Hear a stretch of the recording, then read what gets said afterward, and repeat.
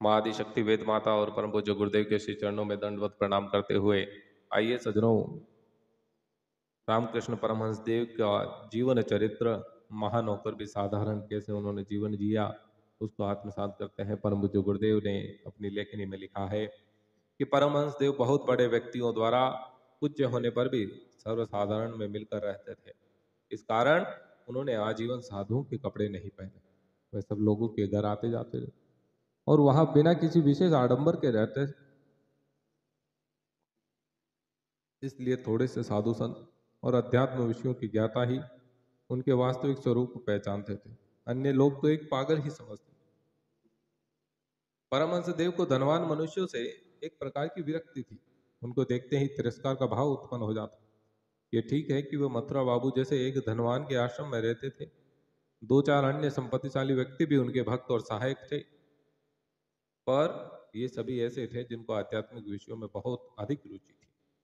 अपने धार्मिक कर्तव्य की तरफ पूरा ध्यान रखते थे, पर धन का गर्व रखने वाले सेठ साहूकार राजा महाराजाओं को वे अच्छा नहीं समझते और उनके मुंह पर ही खरी बात कहते थे। एक दिन बाबू कृष्णदास पाल तथा अनेक महाराजा तथा राजा बहादुरों की सुसभ्य मंडली में परमहंस देव को बुलाया गया।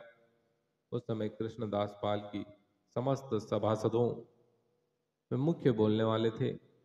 उन्होंने परमहंस देव से कहा, वैराग्य के उपदेश ने ही इस देश का सर्वनाश किया है। संसार की समस्त वस्तुओं को असार बतलाना ही प्राचीन काल का धर्म था। इस तरह की धारणा से ही भारतवर्ष परतंत्र हो गया। इसलिए आपको ऐसा उपदेश करना चाहिए जिससे देश का वास्तव में हित साधन हो।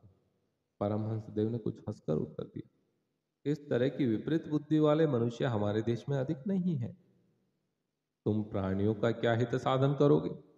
तुम जैसे हित कहते हो उसे मैं भली प्रकार जानता हूं। 5 आदमियों को भोजन करा देना, रोगियों का इलाज करा देना, एकाध सड़क तालाब कुआं बनवा देना, ऐसे कामों में थोड़ा हित साधन होता है।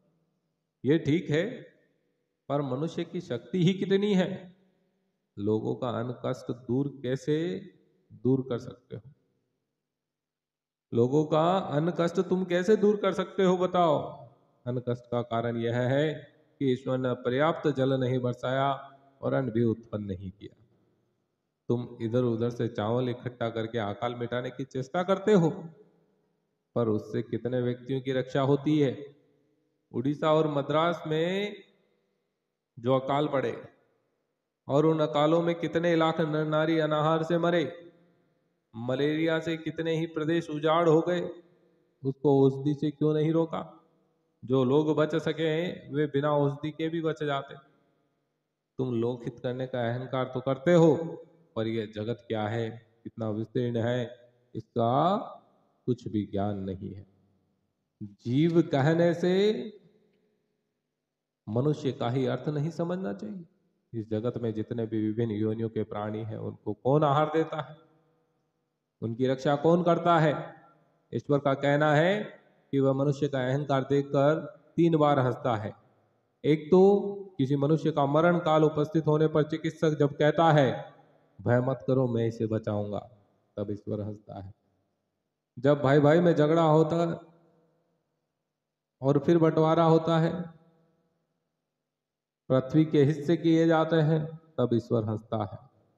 जब एक राजा दूसरे राजा का राज्य छीनता है तो तीसरी बार ईश्वर हंसता है। तुमने गंगा जी में मछलियों के छोटे छोटे बच्चे देखे हैं कि नहीं? इस अनंत ब्रह्मांड में तुम मछली के बच्चे के समान ही हो। जीवात्मा का हित करने की मन में कल्पना करना भी निर्मूल है। ये सुनकर कृष्णदास बाबू कुछ न बोल सके, पर राजा बहादुर उनकी सहायता को उठे।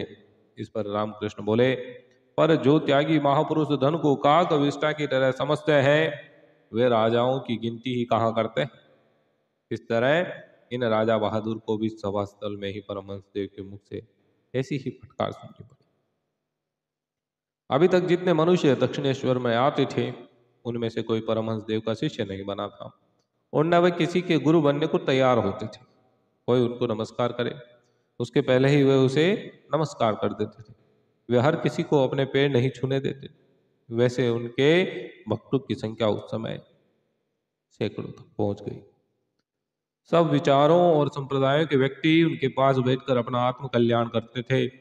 उस समय के नवयुवक प्राय नास्तिक भावों से प्रभावित होते थे, पर ऐसे व्यक्ति उनके पास आते ही बहुत कुछ बदल जाता था। कुछ मुसलमान भी उनके भक्त हो गए। दो ईसाइयों को भी वहां देखा गया। एक का नाम पीडी मिश्र था। उसने मांस मछली आदि का त्याग कर योगाभ्यास किया, जिससे उसे समाधि अवस्था प्राप्त हो गई।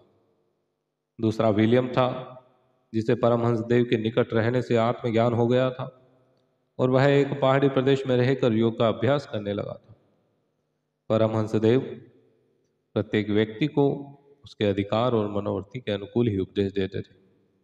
हर शनिवार को वे किसी भक्त के घर पधारते और कीर्तन, नृत्य तथा हरिनाम की ध्वनि से मोहल्ले को गुंजा देते थे।